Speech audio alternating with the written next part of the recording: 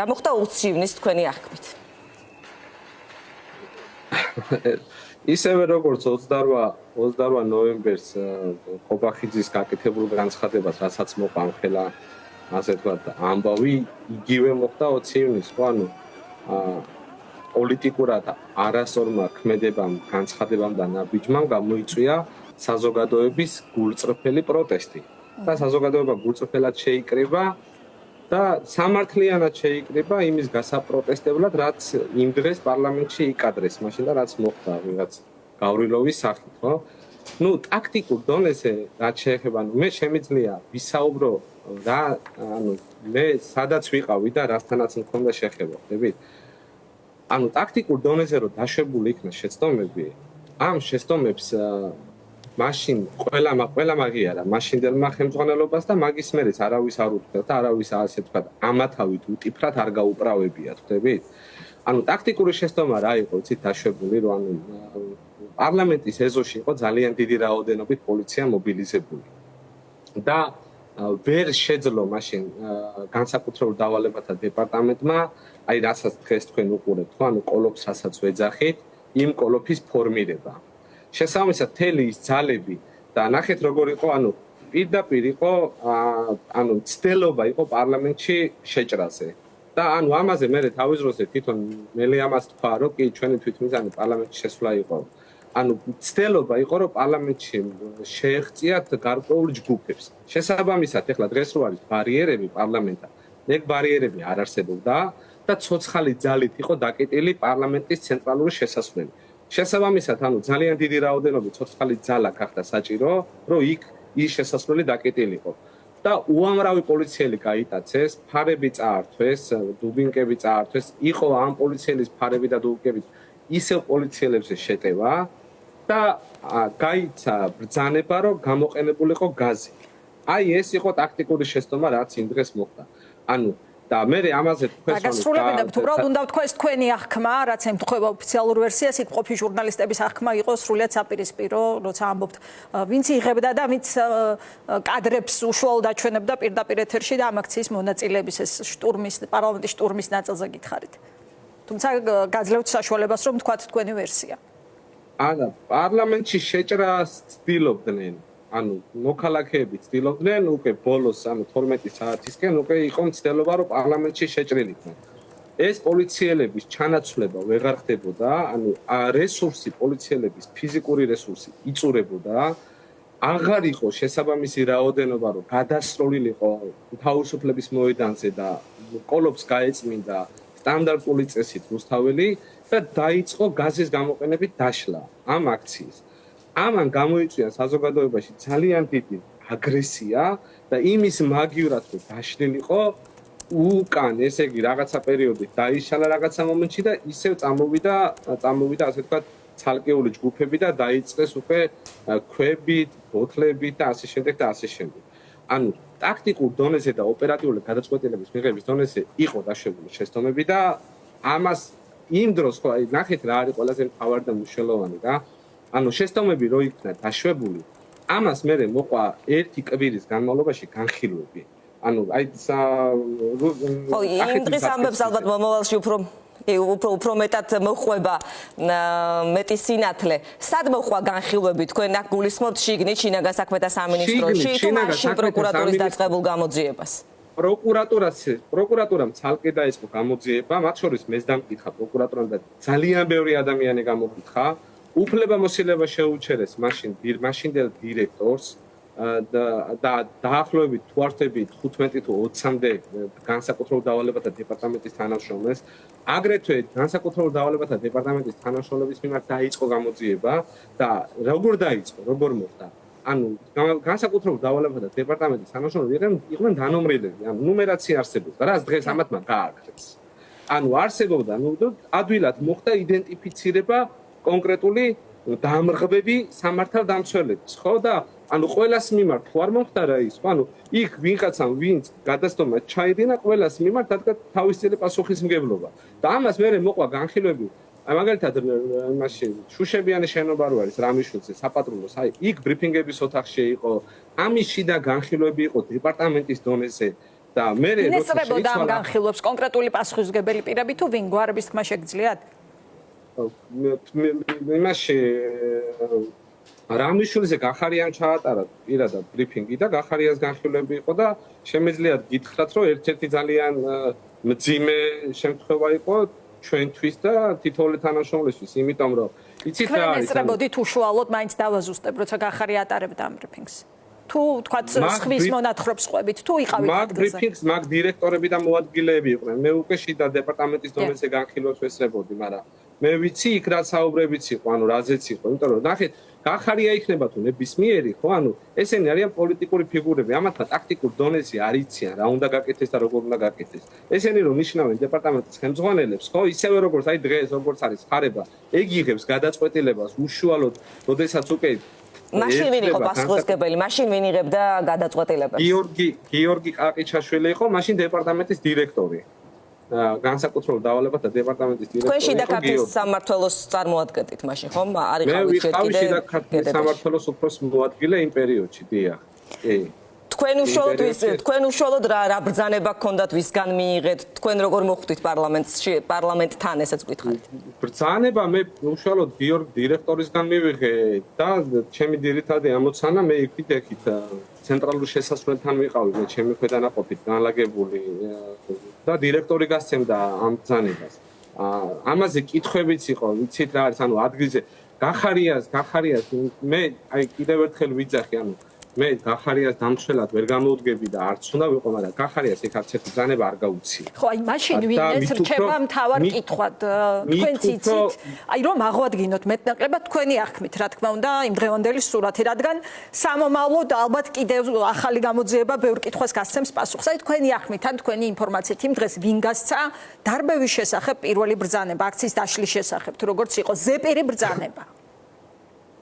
შეხედეთ, ანუ ადგილზე ოპერაციას, ღონისძიებას მართავდა კახა საბანაძე, რომელიც იყო იმ პერიოდში მინისტრის პირველი მოადგილე. დიახ. რაც შეეხება დეპარტამენტს მართავდა გიორგი ყაყიჩაშვილი იყო დირექტორი. მე უშუალოდ და ჩემი კოლეგები და დანარჩენები ვიღებდით გიორგისგან ბრძანებებს. რადიოსადგურის საშუალებით შემოდიოდა ბრძანებები. რაც შეეხება ანუ აქ არის საუბარი ყველას ესაინტერესებს რეზინის ტყვიები. რეზინის ტყვიებზე ბრძანება არ გაცემულა, სასახად შემიძლია დაგიდასტუროთ. არც რადიოსადგურში, არც სიტყვიერად. ბრძანება გაიცა მხოლოდ გაზის გამოყენებით. ანუ თვით ინიციატივა იყო ამას ამბობთ. გაზის გასროლა. შეიძლება ეს გადაწყვეტილება თვით ინიციატივა იყო თუ აი რატომ დაიწყეს ადგილზე მიიღეს ეს გადაწყვეტილება, ასეთი გადაწყვეტილება შეიძლება ბრძანების გარეშე იყოს გაცემული თუ გვერდისავლით მოხდა ოფიციალური პირების. იცით როგორ არის, ანუ ჩვენ შეგვიძლია ვისაუბროთ ვერსიებზე, ხდებით და ოღონდ ამას მტკიცებით ფორმას ვერ მივცემთ. წარმოუდგენელია. ზოგადად ის რომ პოლიციელების მიმართ ძალიან დიდი წნეხი იყო იმ დროს აქციის მონაწილეების მხრიდან, ეს უდაო არის. შესაძლოა რომელიმე მამას ვერ გაუძლო და დაიწყო დამოუკიდებლად ამის გაკეთება და გასროლა, ხდებით და მე უკვე დომინოს პრინციპით მიყვა. ან მეორე ვარიანტი შეიძლება იყოს, რომ ვიღაცამ მიზანმიმართულად გააკეთა ეს და მიზანმიმართულად იყო მცდელობა, რომ აი იქ დაწყებულიყო რეზინის ტყვიები. უბრალოდ ეს არის ვარაუდები, რომელსაც ვერავინ ვერ დაამტკიცებს. თუმცა ის რომ დაუშვათ გაიცა ბრძანება და დამიზნებით ესროლეთ, ხდებით და მიზანმიმართულად ყოფილიყო. ესეთი რამე იქ არ ყოფილა. აქ ეგრეთ წოდებულ დათვის ტყვიებსაც გულისხმობთ. ეს სულთან აქვთ, ანუ თუ მაგალითად ინდივიდუალურად ვიღაცამ გადაწყვიტა, ეს მას თან ჰქონდა და ასე შეეძლო მას ამის გამოყენება. მოდით იცით რა, მოდით ერთხელ და საბოლოოდ ამ ყველაფერს ავი წერტილი დაუსვათ და ამოუწუროთ ეს დათვის ტყვიების საკითხი. ეს დათვის ტყვიები არანაირი დათვის ტყვიები არ არსებობს ბუნებაში. ეს არის სპეციალური საშუალებები, ჩვეულებრივი და ეს პატარა ეგრეთ წოდებული ყვითელი რაკეტა, რომელთაც ამხელად დაზიანებები მიიღო მაშინ მოქალაქეებმა, იდეაში ეს არის კაუჩუკის მასალისგან დამზადებული. და ამ მასალას, ანუ ამ ტყვიას აქვს უბრალოდ შეკავების ეფექტი. ანუ ადამიანს რომ მოხდეს, ნუ თვალშიც რომ მოხდა და თავის არეში ბუნებრივია შეიძლება დაზიანება გამოიწვიოს, მაგრამ არის ჩვეულებრივი რბილი კაუჩუკი. ესენი მერე აღმოვაჩინეთ ჩვენ, როცა ანუ ეს 20 ივნისით მოხდა, რომ ეს ტყვიები იყო შესყიდული 2011 წელს და 2011 წლიდან 2019 წლამდე ეს ვაზნები არ გამოყენებულა და არც არავინ არ იცოდა ამ ვაზნების ეფექტის შესახებ რა ნაწილში, ანუ ვაზნები გახმა. ანუ ეს დრეკადობის ეფექტი, კაუჩუკის ეფექტი დაიკარგა. რა საინტერესო დროს გაიჭედა ის. უნდა დავაბრუნოთ.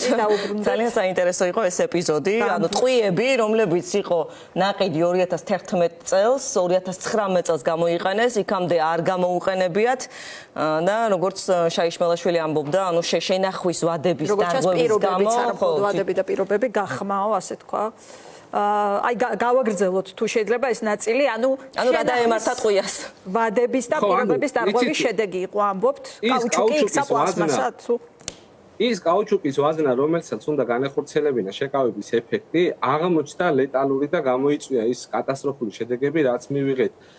გარდა იმისა, რომ ორმა ადამიანმა თვალი დაკარგა, აი თქვენი ჟურნალისტი იყო ბაღა თამარი თვარჩელი და უამრავი ადამიანი, ხო, ანუ ეს ვაზნები, როგორც კი მე ეს მოხდა, მთლიანად ამოვიღეთ საერთოდ შეიარაღებიდან, ანუ მთლიანად იქნა ამოღებული, მაგრამ ის ძიმე შედეგი უკვე მომხდარი იყო და ამას ვეღარ გავეცეოდი. ბატონო ირაკლი, ვინ იყო ამის შენახვაზე პასუხისმგებელი, ვის უნდა შეემოწმებინა შემდეგ?